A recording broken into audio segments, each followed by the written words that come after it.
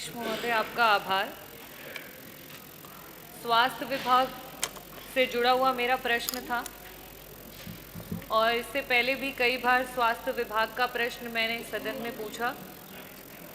अध्यक्ष जी, मैं यहाँ आज प्रश्न पूछने के लिए नहीं, अपनी पीड़ा व्यक्त करने के लिए खड़ी हुई हूँ, क्योंकि इससे पहले भी कई बार स्वास्थ्य विभाग माननीय मंत्री जी हैं, उप मुख्यमंत्री एवं स्वास्थ्य मंत्री जी, और जितनी मेरी आयु होगी उतना अभी तक का मंत्री जी का राजनीतिक सफ़र रहा हुआ है, बहुत ही एक्सपीरियंस्ड है।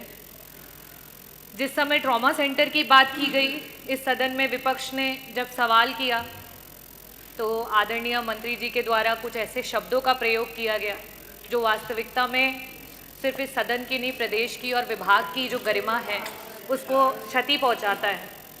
मैं आपका संरक्षण चाहूँगी अध्यक्ष जी। इसके बाद जब नवजात शिशुओं की मौत की बात हुई झांसी में, उस समय भी आदरणीय मंत्री जी के द्वारा नेता प्रतिपक्ष पे वार किया गया, ना कि उन बच्चों की जान कैसे गई उसका जवाब नहीं दिया गया। अभी हाल फिलहाल में वापस से जब स्वास्थ्य विभाग पे चर्चा हो रही थी तो श्रद्धेय नेताजी पे टिप्पणी की गई, जहां उनसे रिलेटेड कोई बात नहीं थी, और साथ ही साथ एक विशेष धर्म के लोगों पे कॉन्ट्रासेप्शन के ज्ञान को दिया गया जिसकी यहाँ कोई आवश्यकता नहीं थी। जब मेरे द्वारा इस सदन में मंत्री जी से प्रश्न पूछा गया है, कहीं ना कहीं मंत्री जी आहत हो जाते हैं या उस विभाग के या उस प्रश्न के जवाब उस अनुसार या उस अनुकूल नहीं रहते हैं कि मंत्री जी के द्वारा इस तरीके की क्रियाएं सामने आती हैं।